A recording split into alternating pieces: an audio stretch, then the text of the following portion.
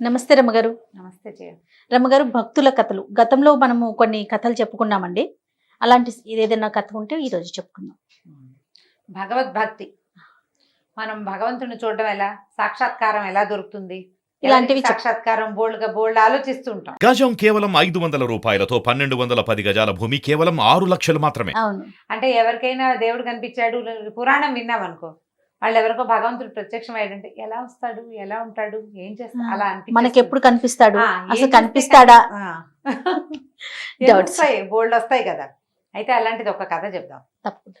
ఇది గౌహతి జైల్లో, అంటే మనకి నార్త్ ఇండియాలో అన్నమాట. ఏదో ఈ మధ్య కథల పుస్తకాలు 2-3 పంపించారు మా ఫ్రెండ్ ఒకరు. చాలా బాగున్నాయి, మంచి మంచి కథలు. నేను చిన్నప్పుడు ఒక చోట విన్నాను, దాని మీద ఒక క్లారిటీ లేదు నాకు. చాలా కాలం క్రితం నేను చదివితే బాగా గుర్తుంటుంది, వింటే సగమే గుర్తుంటుంది నాకు. ఒక 5-6 సార్లు వింటే గుర్తుంటుంది కదా కదా, ఓసారి వింటే అంత గుర్తుంది, ఏదో వేగ్గా గుర్తుంటుంది. అది కనపడింది అనమాట, చెప్దాం అనుకున్నాను. బాగుంటుంది, మంచి కథ. ఈ గౌహతిలో ఒక చిన్న జిల్లా, గౌహతి జిల్లాలో ఏవో ఖగీపూరు, గాంగీపూరు అని బోల్డని ఊళ్ళు ఉన్నాయి. ఆ ఊళ్ళలో జమీందారులు ఉండేవాళ్ళు, ఎప్పటి సంగతో ఇది. అయితే ఈ జమీందారుల దగ్గర ఏంటంటే, ఆ ఊళ్ళో ఉన్న బీద బిక్కి జనము, అనాథలుగా ఉండే పిల్లలు, అమ్మా నాన్న లేని పిల్లలు, వాళ్ళని ఏం చేసేవాళ్ళు అంటే జమీందారులు తమ దగ్గర పెట్టుకునేవాళ్ళు. ఇక జమీలో లోపలే ఆ గడిలోనే ఉంటూ ఏవో వాళ్ళకి చేతొచ్చిన పనులు, గట్టిగా పని చేయగలిగే వాడితో గట్టి పని, చిన్న పని పని, ఏదో మేదకులుగా ఉన్నారనుకో, ఏదో గొడ్లు గాయటాలు మేకలు గాయటాలు లాంటివి, కాస్త పాలు తీసి ఇవ్వటాలు, వాడి ఓపికను బట్టి వాడికి ఇన్ని గొడ్లని అప్పచెప్పేవాడు. వ్యక్తిని బట్టి వాడు చేయగలిగే పని, కొంచెం సమర్థుడు తెలివైన వాడు అయితే పై పనులలోకి ప్రమోషన్ వచ్చేసేది. లేకపోతే ఏముంది, ఆ పిల్లల గొడ్లు తోలుకెళ్ళాలి అవి చేసి వచ్చి జమీలోనే లోపల ఆ తిళ్ళు తినేసి అక్కడే ఏదో గొడ్డదొడ్లో ఎక్కడో చోట హాయిగా పడుకుని మళ్ళా భోజనాలు అన్నీ మామూలు జరిగిపోతూ ఉండేవి. వాళ్ళకి ఏంటంటే జీవితానికి భయం లేదు, ఈ జమీందారు ప్రాపకంలో ఉండేవాళ్ళు. అలాంటి కాలం అనమాట. చపలుడని ఒక కుర్రాడు ఉండేవాడు. వాడు ఏంటంటే చపల చిత్తం, వాడికి ఏం మాట్లాడతాడో వాడికి తెలీదు. అమ్మ నాన్న లేరు పాపం, లేక ఈ జమీందారి కుటుంబంలోనే ఆ బయట అక్కడే చిన్న పై పనులు చేస్తూ ఉండేవాడు. అయితే వాడు కొంచెం అమాయకుడు, మేధకుడు. ఎవరికైనా పుట్టుకతోటి కొంత తెలివి ఉంటుంది. ఆ తెలివిని మనం చుట్టుపక్కల ఉన్న జనం, అంటే సాంగత్యం వల్ల, సంఘం వల్ల, మనం ఎవరితోటి కలిసి ఉన్నామో వాళ్ళ పరిస్థితులు, వాళ్ళ ప్రభావం, వాళ్ళ పద్ధతుల వల్ల తెలివి రాపిడికి గురయ్యి ఇంకా కొంచెం తెలివిగా అవుతారు. అవునండి. కొంచెం తెలివి తక్కువ వాళ్ళు అనుకో, వాళ్ళకి సరైన కంపెనీ, సరైన మాట తీరు లేకపోతే వాడికి ఏం తెలియదు. వాడు ఏదో ఎడ్డిగా మాట్లాడాడు, ఖండించి అరే అబ్బాయి తప్పురా, అట్లా కాదు ఇట్లా అనాలి అని చెప్పే వాళ్ళు ఎవరు లేరు అనుకో, వాడు అలానే ఉంటాడు. ఇక వాడు అలాగే ఉంటాడు. మన దగ్గర మంచి పెంపకాలు అన్నీ ఉన్న ఇళ్లల్లో కూడా పిల్లలు మొండిగా మాట్లాడతారు. ఎవరైనా పెద్దవాళ్ళని తుస్కరిస్తే నీ బొట్టు నా బట్టి వాళ్ళు కేకలేదనుకో, అట్లా అనకూడదు అని చెప్పలేదనుకో, వాడు అదే మాట్లాడతాడు. అదే మాట రేపొద్దున మా అన్న కూడా అంటాడు. నోటికి ఎంతసేపు నవ్వేస్తారు తల్లులు, మావాడు ఇలాగే మాట్లాడతాడని. అది శాశ్వతంగా ఉండిపోతుంది, దాన్ని కట్ చేయాలి. తప్పు, అలా మాటలు ఎక్కువ అవుతున్నాయి, అలా కూడా అనకూడదు, అట్లా అనకూడదు. వాళ్ళు వెళ్ళిపోయాక నువ్వు ఇందాక అలా మాట్లాడావు, అలా మాట్లాడకూడదు అని చెప్పాలి తప్పకుండా. ఈ కరెక్షన్స్ అవి లేకపోవటము, సరైన సాంగత్యం లేకపోవటంతో వాడి ఎడ్డిగా, తెలివి తక్కువగా, చపలచిత్తంగా ఉండే మాటలు వాడికి ఫిక్స్డ్గా అలాగే ఉండిపోయినాయి. ఒక రకమైన అమాయకత్వం, కొంత మూర్ఖత్వం, కొంత తెలియనితనం, ఇలా నానా రకాల భావాలతోటి ఉండేవాడు. అయితే వాడికి ఒక 5 ఆవుల్ని అప్పచెప్పారు. వాడు ఆవులు మేపుకోవడానికి పోయేవాడు. ఒకరోజు చెరువు పక్కన ఆవుల్ని వదిలిపెట్టాడు. అవి నీళ్ళు తాగి వేస్తున్నాయి చుట్టుపక్కల ఎక్కడో. ఓ చెట్టు కింద కాళ్ళు జాపు పడుకున్నాడు. అంతలో ఏమైందట, ఒక బ్రాహ్మణ ఆయన అక్కడికి వచ్చాడు. ఆయన చక్కగా సాధువుగా ఉన్నాడు, మంచి తిలకధారణ చేశాడు. బొట్టు అది చూస్తే మహాముచ్చటగా ఉన్నాడు, బాగున్నాడు చూడ్డానికి, దండం పెట్టాలనిపించేంత చక్కటి రూపం. బొట్టు అది అంటే చక్కగా బొట్టు పెట్టుకుని, నామం పెట్టుకుని, గుండు పిలక అవి ఉంటే ఏదో బాగున్నాడు అనిపిస్తుంది కదా. సరే, అతను ఏం చేశాడు, ఈ ఒంటి మీద ఉన్న ధావతి విప్పి ఒక చిన్న తువ్వాలొటి కట్టుకుని చెరువులో దిగి స్నానం చేశాడు. సంచి ఎక్కడో తగిలిచ్చాడు చెట్టుకి. స్నానం చేసి వచ్చాక గట్టు మీద నిలబడి కూర్చుని ముక్కు మూసుకుని బోల్డ్ సేపు ధ్యానం చేసుకున్నాడు. తడిబట్టతోటే కూర్చుని ధ్యానం చేశాక సరే లేచాడు. ఊళ్ళో అది శుభ్రంగా తుడుచుకుని ఇందాక విప్పి పక్కన పెట్టుకున్నాడుగా, ఆ పంచ కట్టుకుని లోపల నుంచి ఓ ఉత్తరయం తీసి మెడలో వేసుకున్నాడు. సంచిలో ఓ 2 సున్నుండలు ఉన్నాయి, 2 సున్నుండలు తీసుకుని తిన్నాడు.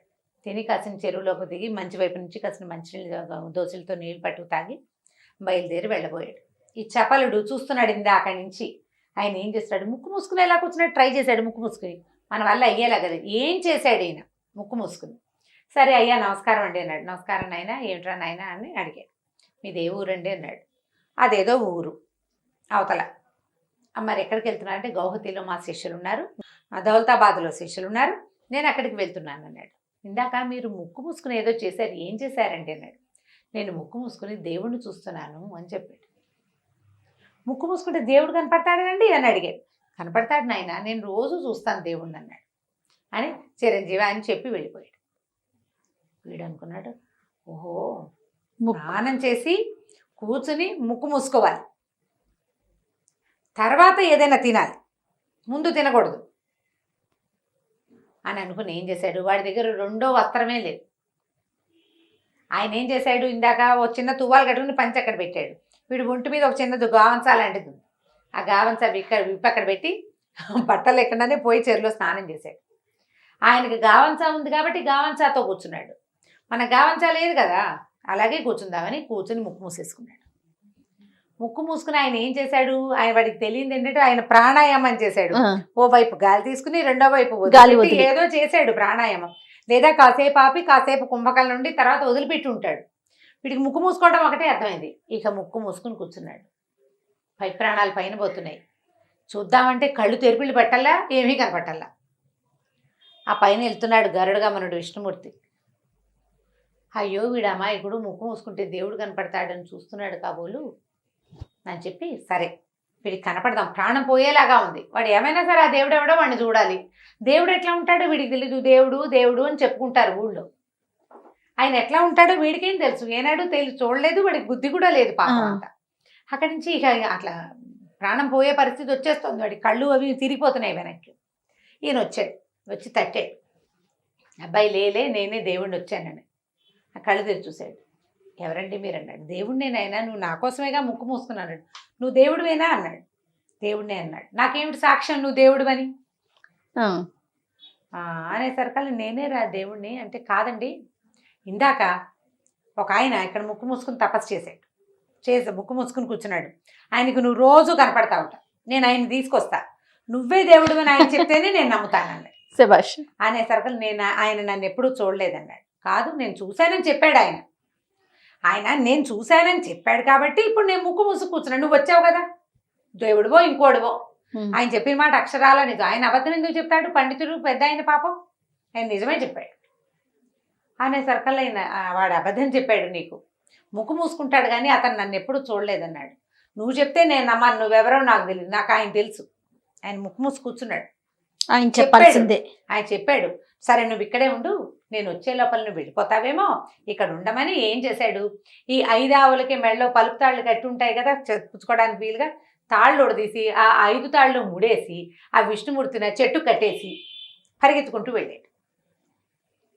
వెళ్ళేసరికల్లా సరే అక్కడ పరిగెత్తుకెళ్ళి వెళ్ళి ఆయన ఎక్కడికో నడిచిపోతున్నాడు. ఆయన పట్టుకొచ్చాడు.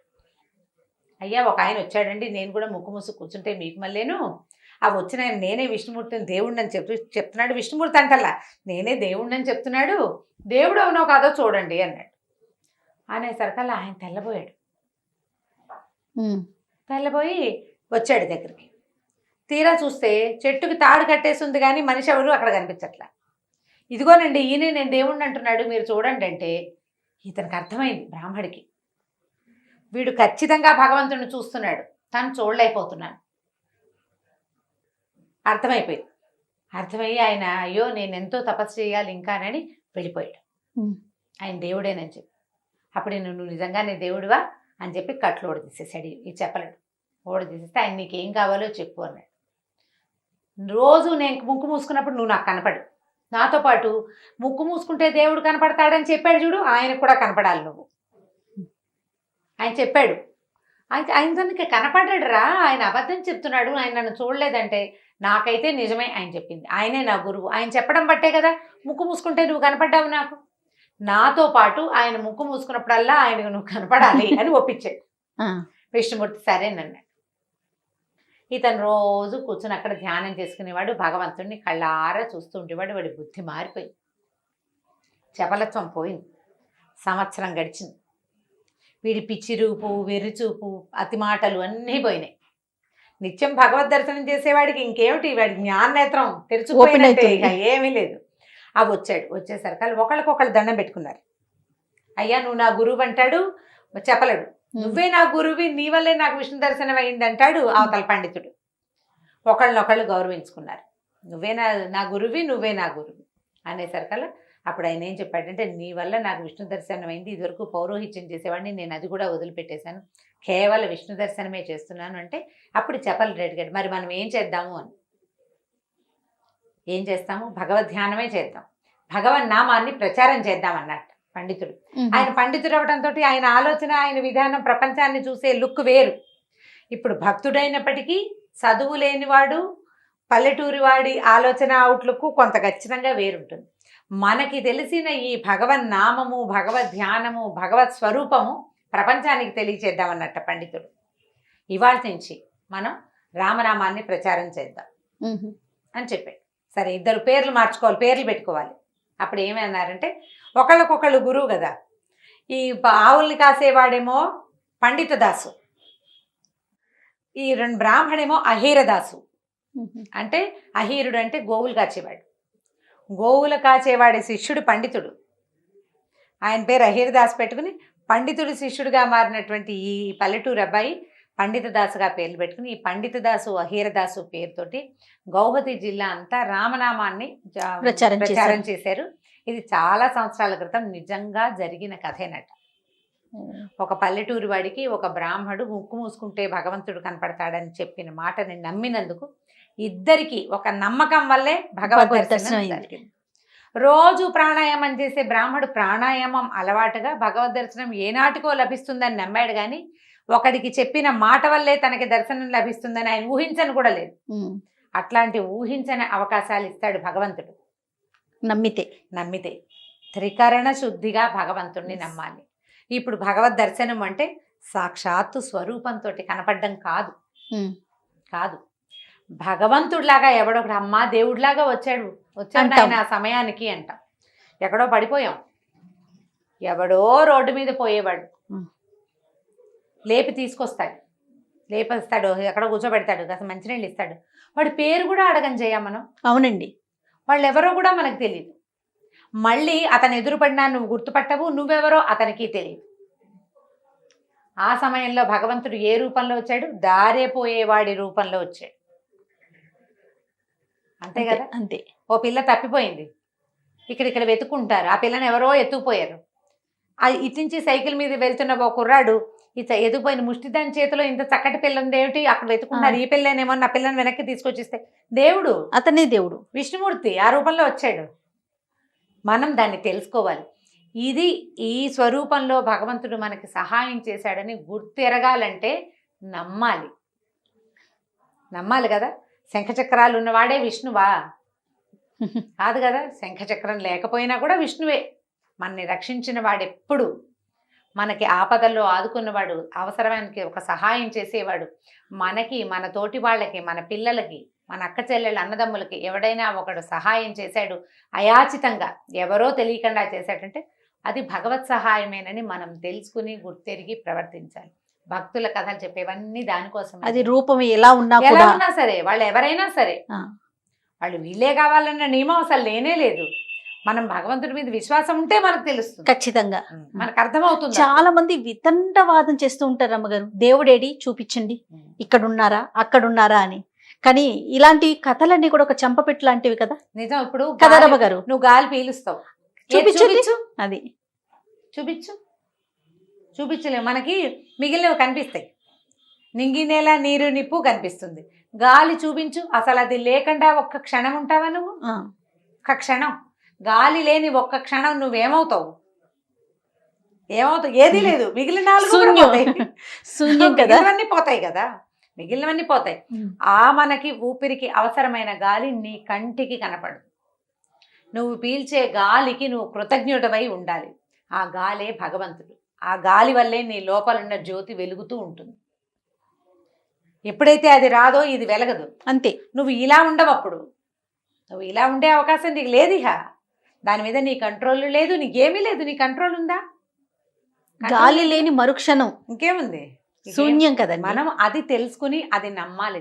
అది నమ్మితే, ఇప్పుడు అందరినీ సన్యాసం తీసుకోండి, ఏదో భక్తులుగా మారిపోండి, ఎప్పుడు దేవాలయాల్లోనే గడపండి అని చెప్పడం మన ఉద్దేశం కాదు. నమ్మకం కలిగి ఉండాలి అనేది మన ఉద్దేశం. నువ్వు భగవంతుడి మీద నమ్మకం ఉంటే మనిషి మీద నమ్మకం ఉంటుంది. ప్రపంచాన్ని నమ్మాలి. ఏవో ఇబ్బందులు వస్తాయి. దారి ఇప్పుడు చూడు, రోడ్డు మనం నడిచేందుకు ఉంది, అప్పుడప్పుడు జారి పడమా? పడితే ఇక రోడ్డు కాదంటామా మనం? భయం భక్తి రెండూ ఉండాలి. ఆ రెండు ఉంటే, విశ్వాసము నమ్మకం ఉంటే చక్కగా జీవితం నడిచిపోతుంది. కొంత భక్తి కలిగి ఉండటం సజావుగా నడుస్తుంది. ఇప్పుడు మన ప్రపంచానికి చాలా అవసరం భక్తి. ఖచ్చితంగా అండి.